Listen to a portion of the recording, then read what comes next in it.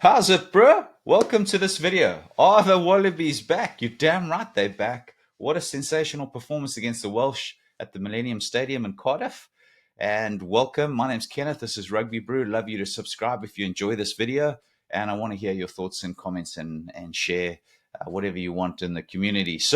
Or as it relates to rugby. So, the Wallabies end up winners 52 points to 20, eight tries to two. And you got to ask yourself, man, this Wallabies team, they've come a long way from shipping 70, 67 points against Argentina away in Argentina earlier this year. After the rugby championships, people were saying, where are the Wallabies going to end up, right? Is this the end of them? Are they going to fall out the top 10 and never to be seen again? They don't have the forwards. They don't have the talent. We always knew that they had talent in the back line, but some of their talent gone off to rugby league, etc. And I tell you what, even by my own admission, I was here at the end of the rugby championship. We're talking about the Southern Hemisphere touring the Northern Hemisphere, and I had a chuckle with you guys. And I said, the poor Wallabies, they're going on a Grand Slam tour. I mean, it's going to be ugly. Now, they've now beaten England. They've now beaten Wales. In fact, they've beaten Wales for the third time this year. And they are on for the Grand Slam, folks. They are on for the Grand Slams. This year they've played 11 games. They've won 6. So their win ratio is 55%. So not too sleazy for the first year of Joe Schmidt in charge. And so you've got to ask yourself right now, is these two teams played the beginning of the year, good series in Australia. Australia won both of those and then beat Georgia. But if you look to see how each team has progressed. So just go back to last year, 2023 World Cup. These two teams met, and it got a little bit ugly for the Wallabies back then because they lost 40 points to 6 against this Welsh team under Gatland. And here they are, away from home, in Wales's back garden. Not easy to go to Millennium Stadium and win, no matter what Welsh team shows up. But they've reversed that 40 points to 6 loss to 52.20 in a year. So very impressive. So I think Australia, it's safe to say that they've turned the corner from the Eddie Jones nightmare and they're on the right track. And so it's going to be interesting to see how the rest of the tour goes. I mean, they've got Scotland and Ireland. I think they should be looking up to say, hey, we can actually beat Scotland here and actually give Ireland a good go. Ireland are a good team, but they just haven't been too sharp. A few ups and downs this year. So anyway, let's chat about the Wallabies. All right, 56% possession, territory was even. They made close to 700 meters.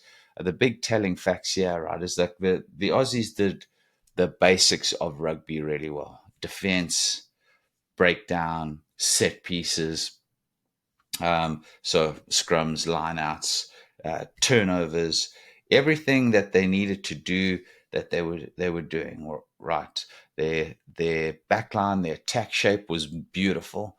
I mean, those guys' skills in the backline, I would say probably one of the most fluid attacking backlines in world rugby right now.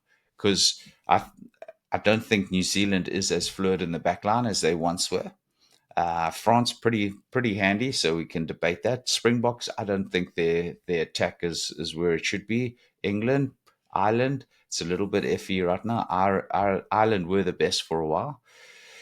I'd say Ireland and All Blacks in France held that mantra, but I would say the Australian backline, in terms of their shape, in terms of how they attack, their offloads, etc., is probably up there, and if not the best in the world right now, as we speak right now. Argentina's pretty handy too, right? So for me and their forwards stepping up. Forwards are going into contact in a big way, easily getting across that advantage line, not scared of the contact, standing up physically to the Northern Hemisphere teams, that we thought that might be their undoing, no matter how talented your backs are. And I must admit, they're looking really, really good. And this is going to give them a lot of confidence. They got a fantastic coach, very accurate, very precise, and building. So the glaring statistics, or the key difference between these two teams, is when you compare not only meters. I mean, Australia was double that of the Welsh, but there's two stats there that really stand out for me. Number one is the turnovers. 7 turnovers to Australia versus 1 for Wales. Wales used to have phenomenal loose forwards. That's where they were really strong. Gone. Australia completely dominated. And then this also speaks to their game plan, which is also what Scott Robinson's trying to implement with the All Blacks too, which is a key characteristic of the All Blacks teams of the past, and Joe Schmidt being an Aussie, is 13 offloads versus 1. And that's what allows the link between that physicality to keep the tempo up high, to keep that attack, their dynamic attack, just keep coming around the corners over and over and over again. And eventually that tells, right? Wales had to make over 200 tackles. So Tom Wright was an absolute beast, phenomenal. He dropped off a little bit under Eddie. And I think he was even dropped from the squad. I might be talking a little bit of nonsense there, but just double check that for me if you can. But I'm sure he dropped out of the team with the squad with Eddie for a while. But when he first burst into the scene for the Brumbies, what a player! And he seems to have regained that killer instinct, that confidence, and he was sensational. He himself did 245 meters. 5 defenders beaten, and he scored a hat trick of tries, also a hat trick of tries for Matt Faessler. And I just think their whole team, their whole backline was really, really good. And they even played for 20 minutes. They play a yellow card upgraded to a red card. So, like I said, right, so the Wallabies started off the year fantastically. Wales at home, Georgia, and you think, well, that's not really that great. Those are not, tier one teams. And that's no disrespect to Georgia, but I think Wales have just really fallen so far now. So, but it was a great series. Well, not a great series, a very good series, I would say, to be honest. And with that, we could see signs of, hey, this Wallabies team looked good. They were undefeated. So was Australia. So was New Zealand, and South Africa were until we lost the game against Ireland, and then New Zealand, and the Rugby Championship, kicked off. Well, New Zealand losing to Argentina. I didn't finish that sentence. But then the Rugby Championships started, and we know what happened. 2 losses against South Africa at home. Haven't done that since the 70s. And then 1 win against Argentina in Argentina. Hey, that looked pretty cool. Maybe they're back. And then they got that hammering, and then they lost twice to New Zealand, and we thought it was just going to be carnage. So they've gone from 1 out of 5 wins, wooden spoon, bottom of the Rugby Championship, to now 2 out of 2, 100% record away from home, some of the hardest venues. And so their winning record for this year, like I said, 55%, 6 out of 11. Hey, not too bad, right? They just win 1 more of these, they'll be 7 out of 12, 7 out of 13. Again, a positive end to the year, right? So they've done phenomenal. And then that leads us to, what about Wales?